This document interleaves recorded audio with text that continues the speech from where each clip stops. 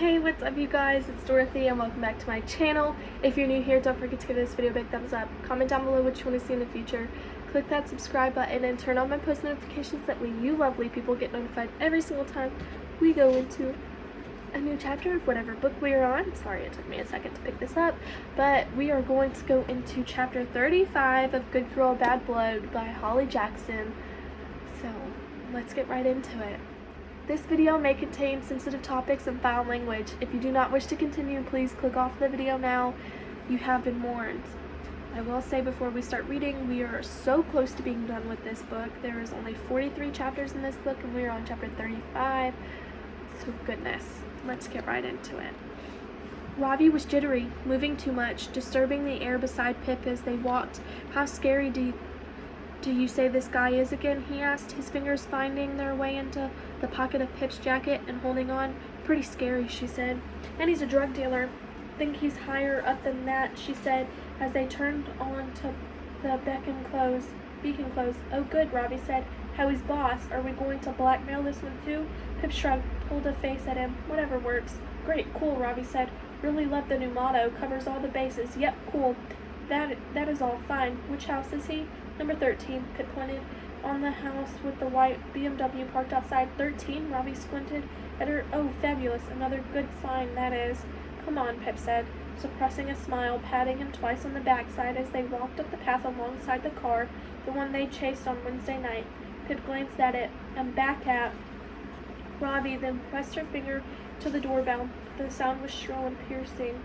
I bet everyone dreads the day they get a knock on the door from Pip, Fitz, and Bowie, Robbie whispered.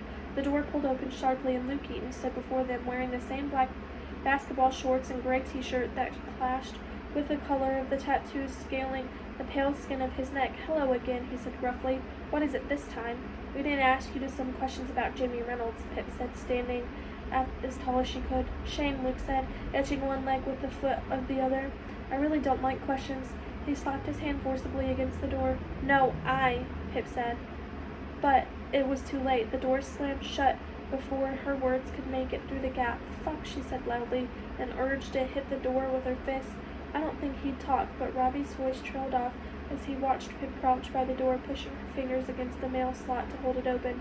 What are you doing? She drew her face close to the small rectangular opening and shouted through it. I know Jimmy owed you money when he went missing. If you talk to us, I'll give you the $900 he owes you. She straightened up the mail slot, closing with a metallic cling. Robbie narrowed his eyes angrily at her, mouthing, What? Pip didn't have time to offer an answer because Luke was pulling the door open again, his jawbone protruding and retreating as he chewed on the answer. All of it? He said with a click of his tongue. Yes. The word rushed out of her, breathfully but firm. All 900. I'll get it to you next week. In cash, he said, eyes aligning on hers. Yes, okay, she said, nodding. By the end of next week. All right. He pulled the door fully open. You've got a deal there, Sherlock. Pip stepped over the threshold, Robbie right behind her as Luke closed the door, shutting them all inside this too narrow corridor. Luke passed them, his arm brushing against Pip as he did, and she couldn't tell whether it had been intentional or not. In here, he barked over his shoulder, leading them into the kitchen. There were 4 chairs, but no one sat down. Luke leaned against the counter, knees cocked, and a careless tattooed arms out wide and anchoring him there. Pip and Robbie stood together at the entrance, toes in the kitchen and heels left behind in the corridor. Luke opened his mouth to speak, but Pip couldn't let him take charge, so she rushed out with her first question.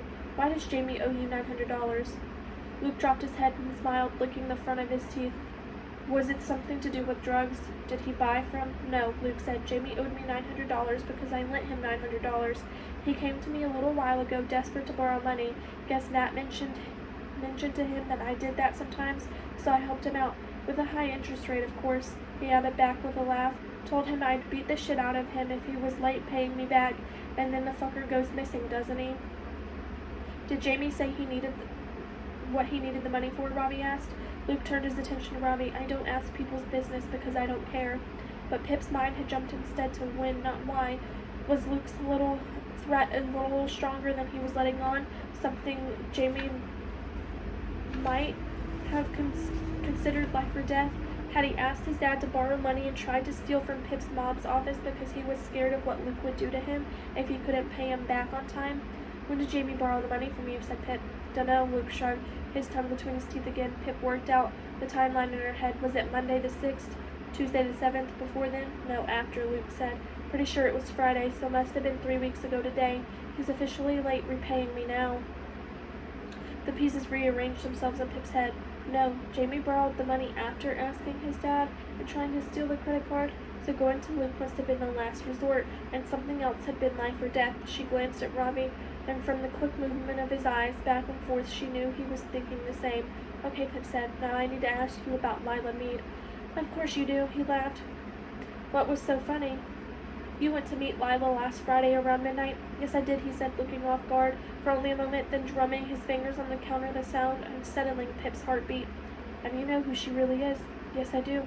Who is she? Pip said, her voice desperate, giving her away. Luke smiled, showing too many of his teeth. Lila Mead is Jamie. That is the end of chapter 35. I will see you guys in the next video for chapter 36. Bye!